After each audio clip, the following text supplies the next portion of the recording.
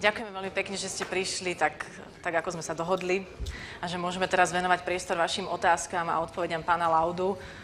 Mám za úlohu robiť aj taký wrap-up alebo také zhrnutie tej jeho prednášky, ale myslím si, že každý si urobil taký nejaký svoj súkromný výcud z toho, čo je pre každého zaujímavé v jeho živote, či už súkromnom alebo biznisovom.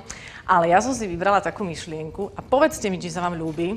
Now I'm trying to do a wrap-up from your speech and the thought I liked most is that when you are frightened to drive, don't do it for the winning, do it for the joy, for your good feeling, and success will come.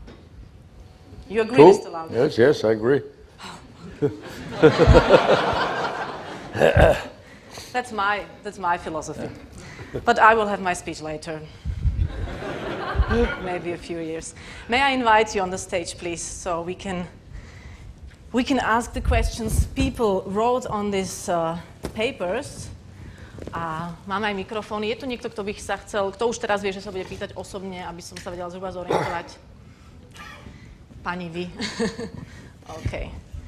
So I can say, I was interested in, let me start a little bit personally. So if I want to find my ideal partner for life, do our kidneys have to be... Yes, but that's for sure. That's for sure. It's about kidneys. Yeah, it is about kidneys, because if you find somebody who donates you a kidney, he must be madly in love with you. This is a good start. That was a very nice thought from But your speech. then you have to take care of him. Okay, because he has your kidney. Absolutely right. But I tell you, it's quite a funny coincidence, because before, in Austria at least, and I guess here's the same rule, before somebody donates a kidney to you, you have to go to a psychological test. The reason is that they want to really find out what is the reason, because if it is money or other things, you are certainly not allowed to do this. And this test was done in the Viennese hospital where the kidney transplant would have happened. It was an old lady, basically, fully qualified to do that. And she said to me in one stage, first she asked Birgit why she's doing it and all this, but this is independent discussions. And then she asked me and said, your girlfriend is 30 years younger than you. I said, yeah, I know. It's good for the kidney, I said. But she didn't really laugh. Well, I mean, she was not happy. And then, but then she said, but what happens if she leaves you later? Because I don't treat her right or whatever. She will take the kidney back. Or? No. And I said, I'm old enough, and I had some good experience with relationships and some bad ones. So I wanted to tell her that I have experienced where somebody left me. So I don't think this is, I can handle this, I would say. He said, no, it's not about you. If she leaves you and you really get upset about it, which you can, then your body will fight the kidney. And so I tell you, go against yourself. This is true, because married people who've been married for a long time, even if they don't really match, as long as they live together, this is a philosophy which is correct, they come closer to each other. Yeah. So, and I remember this very well, that my kidney will be thrown out through my own body if Birgit would leave me. And therefore, whenever we have a small fight, I say, don't do this to me. She says, why? Because I will get rid of your kidney. And then she's laughing and everything is in order. But it was quite an interesting experience which I did not know before. If you want to argue with your wife and she's not there, you can argue with your kidney. But it doesn't speak to me. The wife speaks to me. Science is going further, maybe. One gentleman asked me if I could ask you that your caps are, of course, very, very popular and well known, and you usually have a sign of a company that somehow is related with you, I guess. So yes, it is related with me. It was a start like in the old days with Ferrari. When I had the brain damage, I had to wear a cap to keep the bandage down, otherwise it would have left. So my trainer and doctor at the time, he said, you have to wear a cap. So I had to wear a cap and there was nothing on it, and in these days Parmalat was part of the Ferrari group. and suddenly they decided we put Parmalat on. So I had for about 25 years a Parmalat hat on, simply because they used the cap for advertising, and this was not a bad idea, I think, and then I continued. And so does it mean that I could rent this Yes. commercial space on your head? You could. How much does it cost? It depends. What do you expect me to do for it? I thought, what do you expect me to do for it? No, it's the other way around. No, it is a simple contract where I can prove through television coverage, work. It's a simple number you can work out. So let's say I'm every second weekend with RTL Germany at the Grand Prix, and you can evaluate the minutes of advertising you are with a cap in television, and therefore they work out what it's worthwhile for advertising. Okay, I see. We have questions from people who are present here. Maybe we can start with a microphone question there with the gentleman. Hi, it's Martin Kubalat. So, Mr. Lauda, thanks a lot for a very nice presentation. And you were mentioning several highlights and lowlights of your sport career, but there is definitely one lowlight of your management career, and that was the crash of the airport of the aircraft by Bangkok, I think it was. So the question is, can you explore a little bit how you managed that situation, and as well, is it true that you were supposed to fly that flight, that you were supposed to pilot that flight? No, first of all, this was for me the worst experience in my life, because if I race and risk my life, it's me responsible for myself.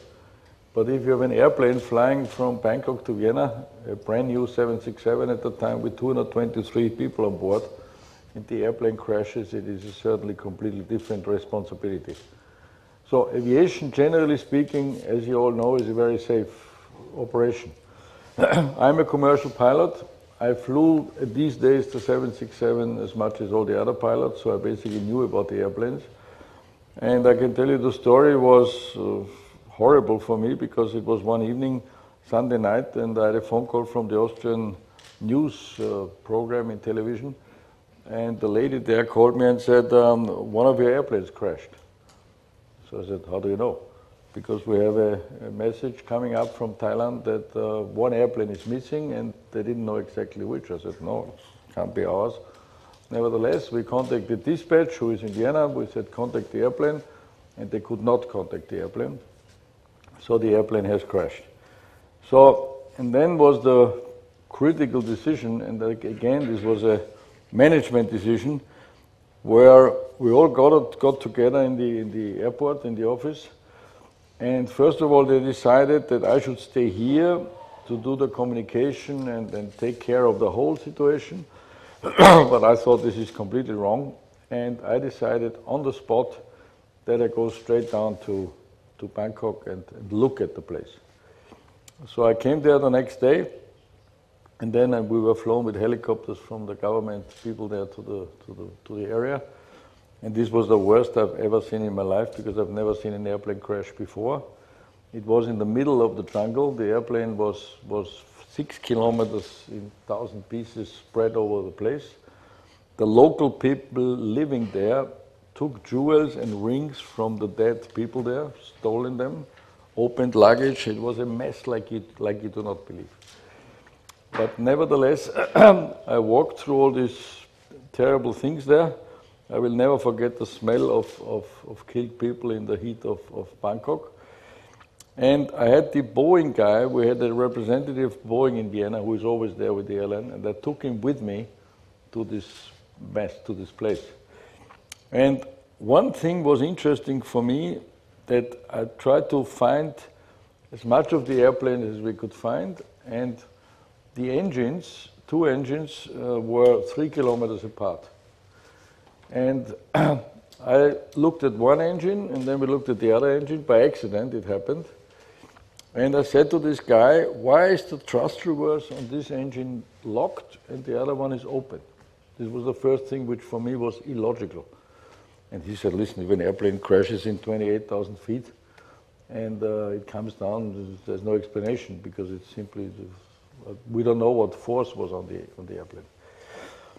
So I came back up. I reported immediately because the media was terrible at the time. You can imagine all kinds of speculations. So the real problem was to stop speculations if you always have more information direct from the place. So thank God I went down there. And then the next thing was that the voice recorder and flight data recorder, which is the most important, were recovered and sent to Washington to look into it to find out what, or hopefully to find out what the cause was. So I was there as well, listening to it. The flight data recorder, which should store all the data of the airplane, was completely destroyed because unfortunately it got badly damaged and it was lying in 800 degrees of fire because the center tank caught fire and the flight data was right in there, so the tape inside was completely destroyed. So there was no information from the flight data recorder, which should give you every information normally. And the voice recorder was there, and I remember very well, the voice recorder was that you hear a rumble noise in the cockpit, then you hear no more communication between the two pilots, because normally they work as a team. The captain said, shit, we're upside down. The co-pilot said something which you could not understand. And then the airplane, to make a long story short, the airplane was climbing in 28,000 feet, which is quite normal. And the left thrust reverse deployed in the air, which is only there on the ground to deploy.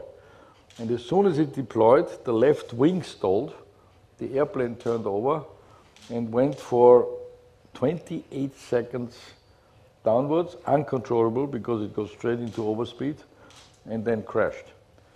So the voice recorder had no information at all. Why are they not talking to each other? So there must have been something happening terribly. So to make a long story short, Boeing then did all the testing because of the flight data recorder was not available, and they found out that the directional control valve of the thrust reverse system, which is a safety feature, because the thrust reverse should never deploy in the air. And therefore, as I said, there are two safety features on. One is an electrical lock-up system, and the other one is a hydraulic system. The hydraulic system, as soon as the thrust reverse moves, should keep it closed. And the O-ring on that system jumped out of its position and threw the thrust reverse out. And therefore, the airplane crashed. So it was a design fault of the Boeing 767 at the time. And 8 months later, the cause was clear, or it was at least 100% identified through my pressure I put on. Because the worst thing is if an airplane crashes and you do not know what was the cause, because then you can never find a solution for it. So it took 8 months. 8 months was the responsibility on Lauda and myself to explain to the people what happened. And then, thank God, with a lot of investigation, it was found out. Worldwide, all airplanes had to be changed after this crash. So never, ever a thrust reverse can deploy in the air anymore. But it was, for me, the toughest time in my life, as you can imagine. Okay, so I have another question for you. How would your employees characterize you as a leader, head of company, CEO? What do you think? I think they know that I'm very straightforward. I'm not very diplomatic, let's put it this way. Okay. I'm not unpolite, but I'm not screaming and doing stupid things. But I'm very direct. I hate this walkie-talkie business talking. But I must say, I never really had problems, and I don't think they had. They would have told me. I'm a very open guy anyway, so my door was always open in the office, so there's never any kind of I'm the boss. So basically we're all together, and if I do something wrong, I have a very tough marketing lady there since many years, and she can say if she doesn't like something. Okay, so you appreciate this attitude from your employees too, that they can be very open, not and very diplomatic, and but honest. polite. The most important is honest. Okay. Yeah. Did you have to fire a lot of people? No, your own? No, not at all. Not at all? No, I mean, very few. But I mean, the fire and hire is not a solution. You need to find the people, tell them what it's all about, and then most of them. There's always one discussion in any company in the world is when people get upset, they always say, I'm demotivated. So I said, fine, what does this to do with me? You are not really very diplomatic. No, Yes, but then I tell them an example. okay. I'm sometimes demotivated when I drive at 5:15 in the winter when everything is dark to the airport and have an early start. So then I ask myself, what the hell are you doing here at 5:15 on the Autobahn? So then I said to myself, it's my own fault, because this is what I've chosen to do. So then that's your I'm- only motivation? Then I'm happy and I continue to drive. Okay. Because if I really want to, I can change it. Yes. And this I would also say when you say to me I'm demotivated, I would say, maybe you find another place where you'll be more motivated. There's no other place in the world now where I could be more motivated than here. Good? Next to you.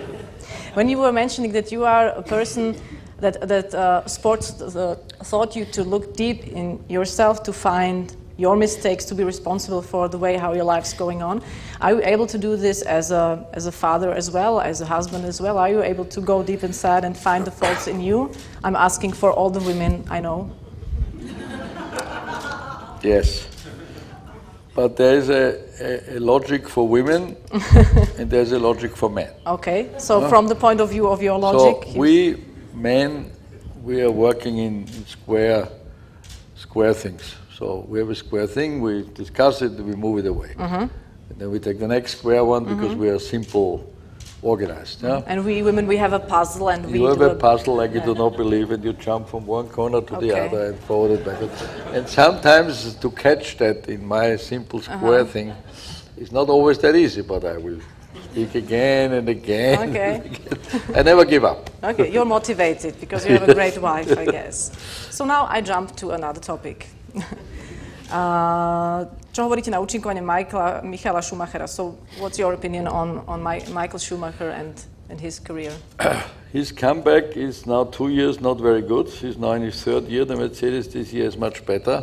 Nevertheless, Rosberg is 23, he's 43.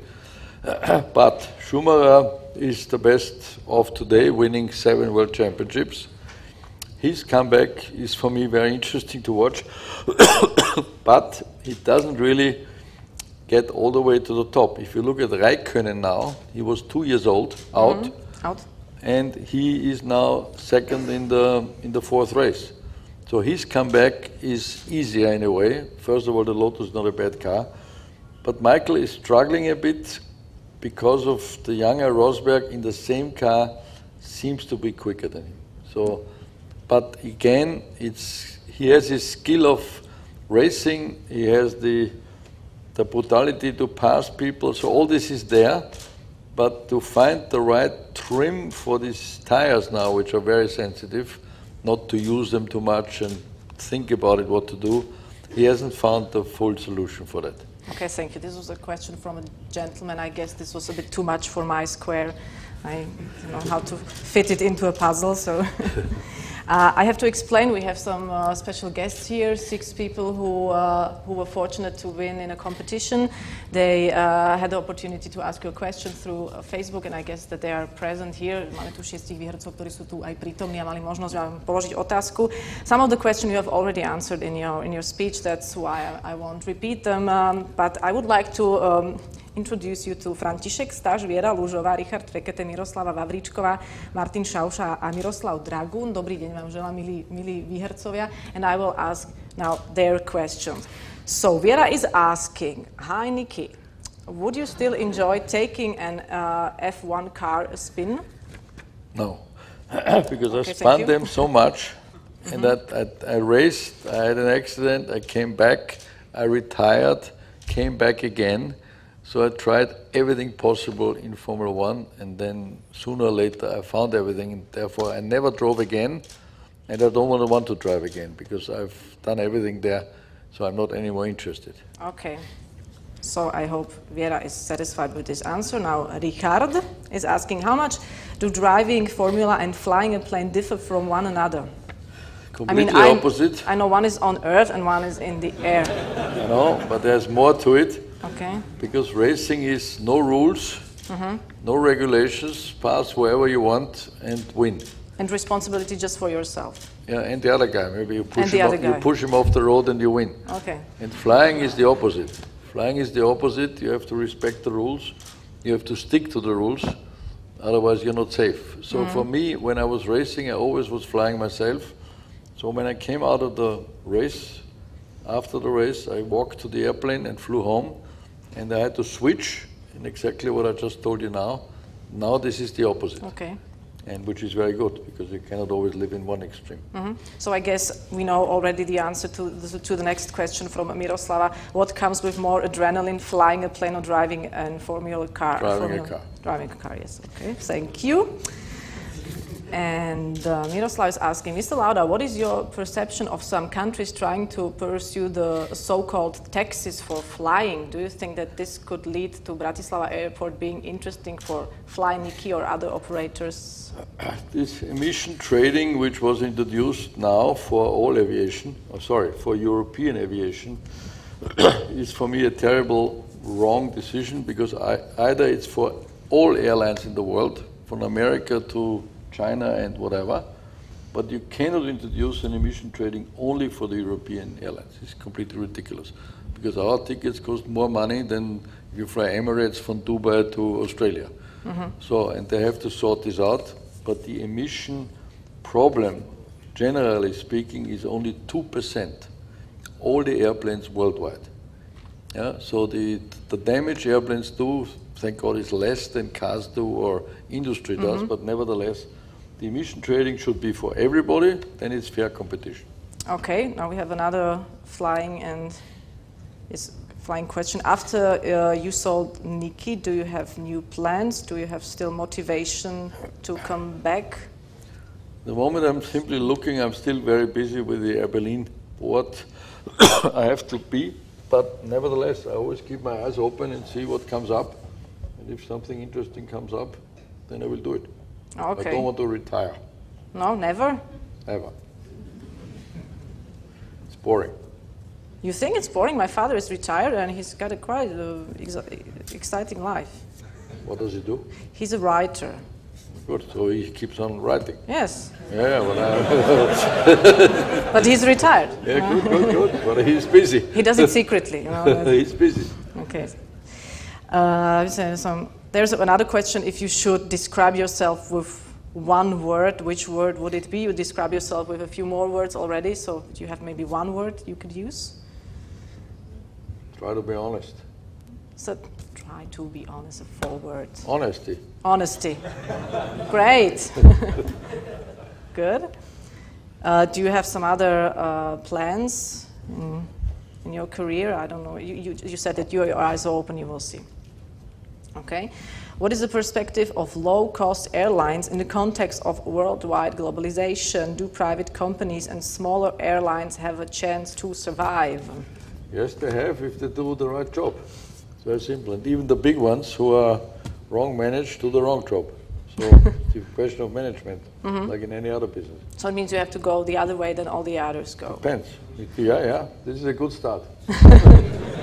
It isn't there the risk that in one point you will meet? At the end? Yes, when you go the other way and the others go the other way, then the others continue, unfortunately, their way.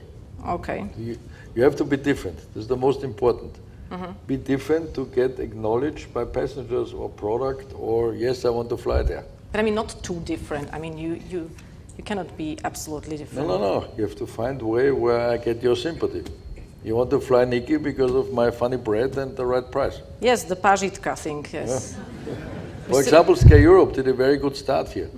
Did a good start, but then they went all wrong. There's a question about Sky Europe as well, and I think that it was just about what do you think about their...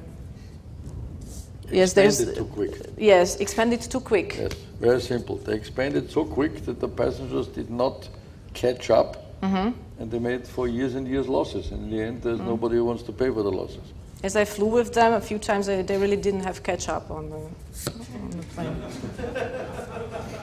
But they were an impressive start because they had a low-cost base here.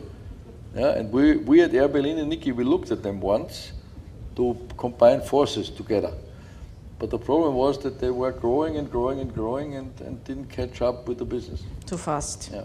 Okay, changing of topics. Do you like the way how Ferrari is now managing the team? No, because Montezemolo cannot be happy because they're 9/10th in the moment and not any better. So for them it's tough. They have to redesign the car and hopefully get it back. Okay, and there's another question added on this paper. Best driver in history. I don't know if it's a question or if it's a compliment to you. I don't know. History, first of all, history is bad because if you look history, Schumacher is 7 times world champion. Fangio was the last with 5. So when you look at this, he's the best world championship titles. But today, I would rate Alonso, Vettel, Button, Hamilton, the top guys. Okay. So Alonso, even in the bad Ferrari, he is not very sympathetic. I must say, he cannot say hello and goodbye. No, why isn't he very funny? He's Spanish. I forgot, okay. In general, that's a disadvantage. As a driver, I have full respect for him because he really can make something. He won the Kuala Lumpur race in the wet, even the car was bad. So he's really good as a driver. I had a question that I wrote down in connection with your accident. You mentioned this Italian guy who, we can say, saved your life. Are you still in contact with him? Yeah. Are you friends? Yeah, friends not, because friend for me is difficult to say. What is a friend? A friend is somebody you can call when you drunk too much and you lie in the middle of the road and say, pick me up. And I don't know who I could call to pick me up. Nobody would come. You don't have a friend? I have a lot of relationships in a way, but the word friend for me is hard to identify because it's not an excuse, but a lot of people are particularly friendly to me because they need something. They need whatever. So you get a little bit shy and you have to protect yourself. Not to be all the time looked at and pushed and kicked. There's no more, let's say, freedom. So therefore, you keep yourself protected. And therefore, sometimes maybe there are people coming by which are worthwhile having more contact, but it doesn't happen because I need to protect myself from the majority. So that means that you protect yourself all the time and your friends is just your family? Family, the wife is the friend. Okay. This I can tell you for sure because she is a friend. It's very nice. Yeah? And this is honestly what I think. All the rest, I'm always worried what really comes out of it for him or for me or whatever. So, but I have very friendly relation with a lot of people. But to say, this is my friend, I have one guy which I worked together, Mr. Dogodan from Do & Co. for 30 years. Business, and I know him. We have a small boat in Ibiza because he has a house there, I have a house there, and we even share a boat. But whenever you call him, he never answers his phone. So it's not a friend. When I'm in trouble, I can't call him. So why do I actually call him friend? Okay, so maybe this question will be a little bit from the Slovak male point of view. So I hope it won't insult you. But when you want to get drunk with your friend, you go with your wife? No, first of all, I don't drink. Not a bad start. But when I go and drink a beer, I drink with her. So basically, I don't drink at all. Okay, so to get back to the question, you are in contact with this Italian guy. I'm in contact with Arturo. He called me the other day again. I'm very well with him, and everything is in order. Okay. Even so, I must say now that he pulled me out at the Nürburgring. 5 weeks later, I was in Monza, and I did not go and see him. The reason I explained before, the pressure was on, I couldn't drive, blah, blah, blah. And then maybe 2-3 weeks later, he was racing in Salzburg on a different race, and I went down there and said thank you to him and gave him a present just from my heart. But he complained heavily, correct, that in Monza, I did not come and see him. And he was right, but it was a mistake, but I was unfortunately doing other things at the time. I think it's understandable. Since then, everything in order. Okay. Máme ďalšie otázky z pléna, nech sa páči. Good morning, Slavka Boldocká. I have 2 questions. What is your own definition of risk? For example, in sports and in business, where are the limits? Does it necessary to go to risk when you want to be best? And the second one, what was the most difficult moment for you in a way to be the best? I mean, at the beginning of your career in Ferrari or after the accident, and the same in Lauda Air and Fly Niki? So the first question is about the risk. So where are the borders of going to a certain line of risk where it's too much? Okay. So I must say that I have basically never felt that I have a lot of fear. Mm-hmm. You know, generally speaking, maybe through my racing or the way I was born, I'm not frightened. Let's put it this way. Mm-hmm. Yeah, generally speaking, I'm not frightened. So makes my life easier in a way compared to a lot of other people, which some are frightened, some are not frightened. So this is for me a good start, but it had to be connected to my racing decision to take the chances there and race. So fear is not really a problem for me in normal life or in business life. I risk a lot all the time, basically, but I have no problem with this. It doesn't really bother me. And I always try to find out the way to make the positive out of this, what I do. The Lauda decision was wrong, as I said before, when I joined with Austrian Airlines, the culture difference. With Air Berlin and Niki, I did the opposite. They had the same culture, and it worked. So you always need the people who help you to make success. And this, for me, is the most important in any company. If I'm crazy at the top, it doesn't mean anything as long as the people do not help you to get your ideas happening. And therefore, it's more important to have people around you which can be completely different people in a way from that kind of business, as long as they are motivated and bring their own ideas in. And you choose your employees and the people according to a certain feeling? I have chosen every cabin attendant myself when they come, simply because we wanted communicative, how do you say it, friendly people, and to communicate with the passengers. So I was always there, and then I was part of those 5 people doing this. There was 2 of our cabin attendants ladies, the personnel chief and one other guy, and we are 4 or 5, depends how many come, and then we take a decision, we take her or not. And very often, employees always want to take everybody because we're always short of staff. So they said, no, why don't you want to take her? She can't even look in your eyes, she never smiles, and she's completely unhappy. What do you think she will do at 4 in the morning when she comes on a plane? And this is everyone will be depressed. Then, correct, and this is basically what we're trying to do, and most of the time they follow my ideas anyway, and if they really are really strong with me 4-1, then I said, okay, we take her and then we watch her. And 80% I'm right, that after 3 flights she leaves again. Because once you were right when there was 3-2 when you decided not to drive, and Yes. So to choose the right people is important. Whoever is in charge of people needs to watch what do you expect and does this person fit in your team.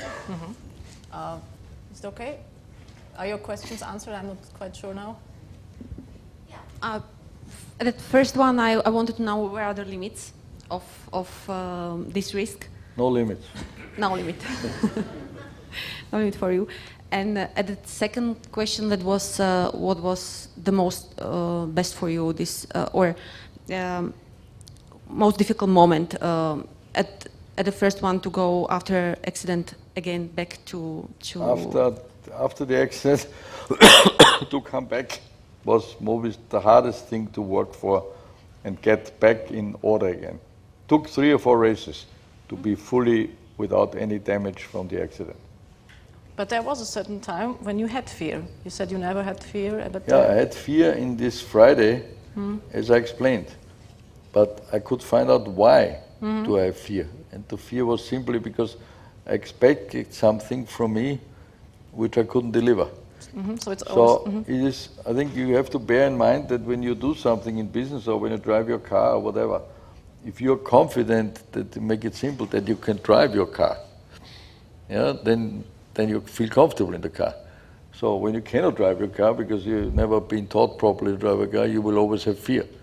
And the same thing is in business. If you have confidence, you know that what you're doing and you can do it, then you can approach the other people better and yourself. So let's say winning a race gives you confidence. So when Rosberg wins his first race, I told him the second race win is easy. He said, why? I said, because the first is the most complicated one. You have achieved it, and now you can put your bases on what I've achieved and do the next one. It's always more simple. And so in business, it's the same thing, basically. Okay. There's another question from the audience. which is according a little bit to the driving topic. In your materials, there was, and I'm trying to translate it, I read that you weren't hired in a certain job, I don't know where, because of your, that you were hired at the F1, not for your driving skills, but because of your personality. Is that right? No, okay. I was in the beginning not hired at all, because in these days we had to bring sponsorship. Yeah, you had to bring a sponsor to get the first ride in Formula 1, because you damage cars, you never bring success for the team.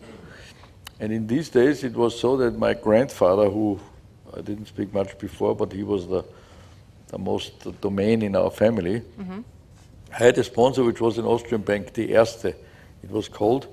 And they sponsored me and said, we're going to sponsor you for, in these days, for 150,000 euros. Today, this kind of sponsorship is 20 million euros. Yeah, just to give you the difference from the 70s and today. But nevertheless, they said, we're going to sponsor you, and I signed my first contract in March, with March, a Formula 1 team, to drive for them. So I achieved all this, and when I came home after I've signed, the bank manager called me and said, unfortunately, we had a supervisory board meeting about this sponsorship, and your grandfather is in our supervisory board. And he asked, is this my Niki Lauda who you're going to sponsor? They said, yes. He says, no way. So I suddenly ended up with a contract with a British team, being a nobody, and had no money. So, and then I had to change my strategy, and I went to other banks, and I said, give me a credit, because nobody would sponsor a guy who was working for the other bank anyway. So, and then I went to Raiffeisen and convinced them to give me a credit for 150,000 euros. And the manager there said, what happens if you kill yourself? So I said, life insurance. You have insurance anyway in your stupid bank, so give me life insurance. And he sponsored the deal by paying the interest rate. So I had 150,000 with no interest rate, 5 years to pay back. And this was the way I finally corrected my grandfather's decision and started in Formula 1. And then it took me in these days 3 years, even in Ferrari already, to pay my loan back. So it was a tough start. Okay. Pani Babico, vy ste sa chceli? Mikrofón, musíme? I would like to come back to these people. If you hire managers or promote somebody, what are for you the most important characteristics of the person? Most important what? Characteristics of the person. The problem you have in a young, growing company is as quicker you grow, as more managers you need. And what you normally want to do is take the people you're working with, promote existing people. And there is the catch now, how long is he with you? How good was he in the beginning? And is he able now to do the next step and be the boss now of 10 people or 5 people or whatever? And it was always difficult for this kind of companies to do the right decisions, because you had no other choice. If you want to bring somebody from the outside, you destroy your pay scheme, because you have a certain pay scheme. So if you get somebody from the outside, people are unhappy, you have to pay him more, and does he fit in our team? Nobody knows. So you have to really make sure that when you select somebody out of your own people with not enough experience, to help him to get the leadership you expect him to do. Sometimes it works out, sometimes it does not. But company normally keep these people for too long.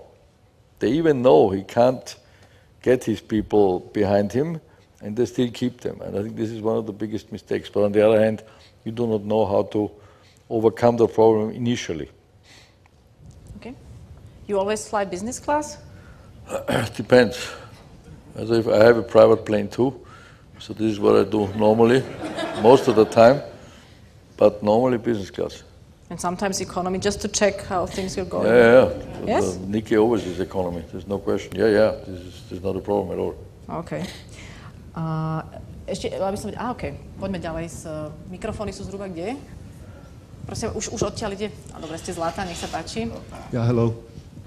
Boris Kekeši is my name, and perhaps I have a real question for you.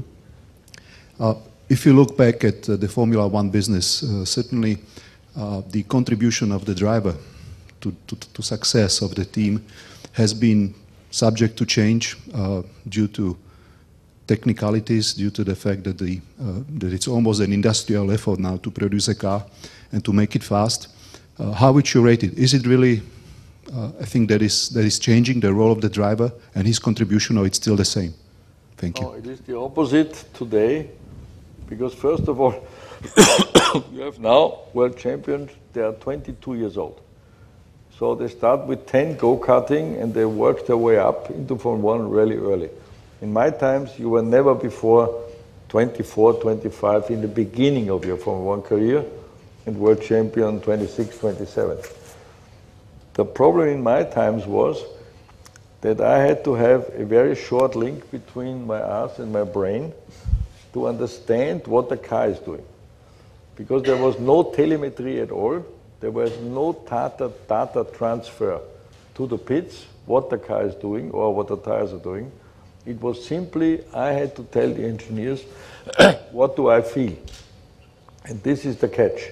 Because you do a test and then you change the front wing, and let's say you do the same time. But where's the difference? And I learned very quickly that you can go into the wrong direction quickly if you're not very precise to put on the car really the things which make your car quicker. And I had tests where we changed 5 times the same thing to really make sure my feeling, what I'm telling them in the lap time, is the right way to go. Now, I spoke to Vettel the other day in where was the last race, in Bahrain, and he said, we are completely lost what we put on the car, because the car is always shifting from the front to the back. So the worst thing is if you have a Formula 1 car, if it runs like on rails, like a rail thing, it is perfect. You know, you never slide, you can go right on the limit, and every corner the car does not move. As soon as you have a car where the weight distribution is shifting from the front to the back, you have understeer, you have oversteer. You have understeer, you have oversteer. This is the worst. You destroy your tires and so on. But today they have all the telemetry data of every movement of the car. So the drivers sit together now, see the circuit, see where they're slow, where they're quick. So there's much more technical support for the drivers to tell what he tells can be confirmed on the paper. So today it's much easier. Driving these cars today with these gear shifts like this is very simple. You cannot overdrive the engines anymore because all the computer takes care of all this. But to drive quick on the limit is still the same like in the old days. But to operate the car is easier today. Thank you. Pardon, máme tu ešte musíme si to časovo ešte tak nejako upratať, ak sa nenahnevate. Ešte sú tu 3 otázky. Máte ich také, že stručnejšie, lebo sme mohli končiť. Slečna bola na rade. Skúsme iba jednu z tých 2, ak vás môžem poprosiť. Okay, I guess you have 2 adult children, is that right? I have 2? 2 adult children. 2 adult children. Adult, yeah, Lucas and Matthias. Yeah. What was their attitude towards some risky sports, and whether you pushed them to some studies, knowing your attitude towards education? Okay, good question. So first of all, I told them my story about my thing. I said, you have to make sure you're going to do your matura. And I'm going to look at this thing and I'm going to check it. So they've done that very well. Lucas, the older one, was never really interested in racing. Matthias, the younger one, is fit and tough. He was always interested in racing. I always told them, forget it, play golf, play tennis, less risk, you make more money, but leave me alone with racing. Nevertheless, Lucas organized for Matthias, this was about 8 years ago, a test somewhere alone to see how good he is. Then they came to me and said they did this secret test in Vienna in a restaurant. And I said, and what happened? And then they got both upset because I was reading a newspaper at the same time, which was not very polite. Mm-hmm. They explained this to me, and then Matthias said to me, listen, you didn't even look up from your stupid newspaper when I was racing the first time. I said, you're right, put the newspaper down. And then I discussed it with them. So they were both convinced that he's talented and good. So I said, fine, then I'm going to help you. Are you going to help us? You always said this is stupid. He said, listen, if you really want to go, nobody could stop me. Then I help you. But if you do halfway, why shall I help you? Because either you go full for it, because it's a difficult job, or you will never succeed. So and then was the big problem, the mother, Marlene. Then we had to, a 1 hour discussion how we're going to explain this to her. And they all told me I have to do it, because she, I must say, poor Marlene, I got married in '76, and 3 months later I was in hospital. So she was, at the time, like any other person, Formula 1 is great to travel around the world and it's fun and blah, blah, blah. But she had to realize after no time that I was nearly dead. And she was very clear about this. She told me this is a Pubertätssport. How this is in English? Pubertálny šport. Pubertálny sport. I will not support you. I will not support you whatsoever. If you break your hand the next time and you want your bread and butter, you have to do it yourself. I will not support you, but I cannot force you to stop. I will not do this because it's your decision and your freedom. Even you have a family, you should decide yourself. But I will not interfere. And I must really say, respect, she never interfered. And I raced, then I retired, then I came back. And therefore, when Matthias started to race, then she really was upset because she's very frightened. And I explained to her that I will take care of it, I will make sure it sits in a car which is safe, blah, blah, blah. And so he got into racing. So when he got into racing, I went the first 3-4 races with him, and I looked at him and I said, this is never going to work. What do you mean? I said, the way you drive, this is stupid. So then he says to me, look, you have no idea, in the old days, where you are coming from, things were different. But what is today, you have no idea. So suddenly, he had a father-son problem with me. So then I said, fine, I tell you now what will happen in the 6th lap. What do you mean? Oh, race.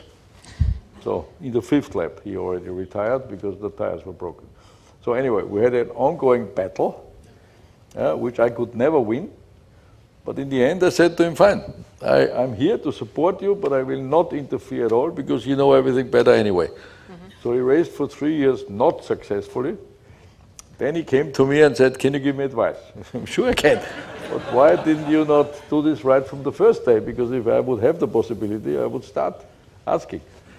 So he's racing GT now. As he's not in Formula 1 at all. He's doing saloon cars.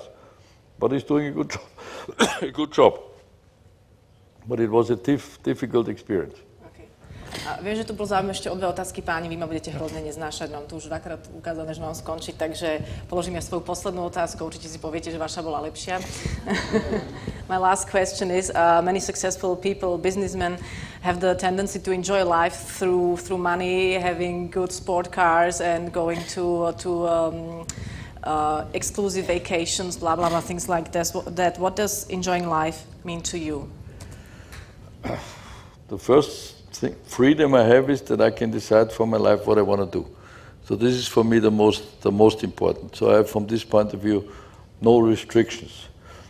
But I make advertising for an Austrian bank, ING DIBA, where the slogan is, ich habe nichts zu verschenken. I have nothing to give away. Mm-hmm. So whenever the advertising worked so well that whenever I meet somebody on the road, they say, you have nothing to give away. Which is wrong, because for the right things, for sure, I spend money. I'm not somebody who is holding it back. But if you make the money yourself, then you have a different respect to it if you inherit it or make a lotto give in or whatever. So I know how to handle money, but I would say I'm generous, generally speaking. Okay, so you like going to nice vacations with your family and... When I got to know Birgit, she says we have to go for 2 weeks to the Maldives. So I said to her, I've never been 2 days on the Maldives because if you take me there, I will go crazy.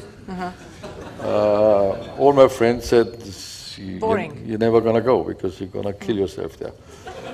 Because I just got her to know, I went, we stayed for 5 days, I made it. Great. And the next time we stayed for 2 weeks and I made it. So it took me a while, but now I know what to do. You're doing progress. That's very nice. I do progress, yes. Thank you very much for being here. Thank you. Niki Lauda, please stay.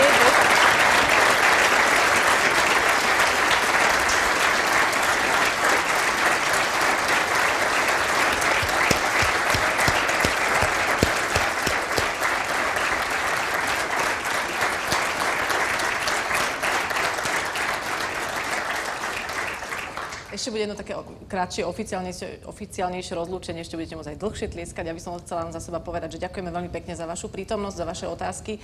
A ešte mám za úlohu vám spomenúť, aby ste neminuli malý darček pri odchode, takú klasickú, charakteristickú červenú šiltovku, ktorú dostanete pri odchode. A ešte poprosím na záver pána Lančariča, aby povedal pár slov. Taká bola teda dohoda. Thank you very much. I let you here on your own. It was a very nice, it was a pleasure talking to you. Thank you. Mr. Lančarič will take care of you now, so please. Ja myslím, že naozaj len pár slov, lebo tá účasť, množstvo otázok, aj potlesk, myslím, hovorí za všetko. Dúfam, že máme dobrú inšpiráciu, aby sme v tejto tradícii pokračovali a dovolte mi, aby som ešte raz poďakoval veľmi srdečne pánu Nikimu Laudovi.